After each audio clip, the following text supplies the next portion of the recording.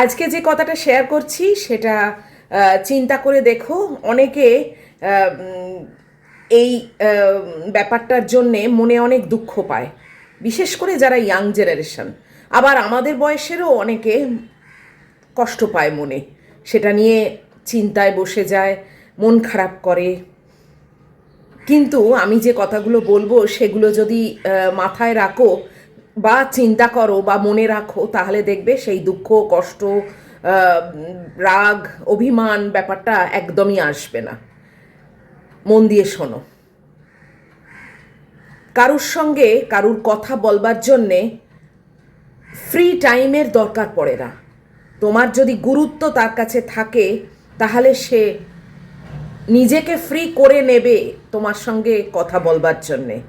আর সেটা যদি সে না করে, সে যদি তার টাইম নেই, তার ব্যস্ততা ইত্যাদি ইত্যাদির অজুহাত দেয়, তাহলে জানবে তোমার গুরুত্ব তার কাছে নেই, তাই জন্যেই তার টাইম হয়ে উঠছে না।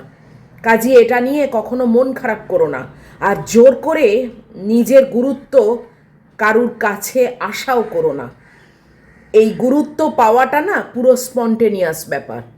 কে তোমাকে গুরুত্ব দেবে আর কে দেবে না, সেটা এই সামান্য একটু কথা বলা বা সম্পর্ক বজায় রাখার মধ্যেই আভাস পেয়ে যাওয়া উচিত।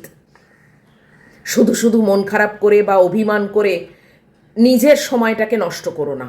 যে পারছে না বা যে টাইম দিতে চাইছে না তোমার সঙ্গে কথা বলতে বা তোমার সঙ্গে সম্পর্ক রাখতে বা তোমার সুখ দুঃখের কথা জানতে, তাকে তুমিও খরচের খাতায় ফেলে দাও। তাকে আর মনের কোনো জায়গায় স্থানই দিও না। তাহলে দেখবে নিজেও উৎফুল্ল থাকবে এবং দেখবে মান, অভিমান, দুঃখ এসবগুলোও আসবে না।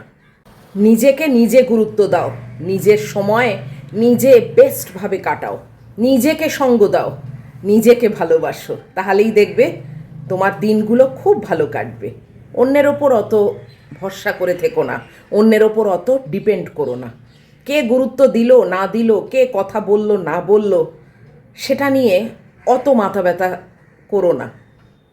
তাহলেই দেখবে অনেক ভালো থাকবে।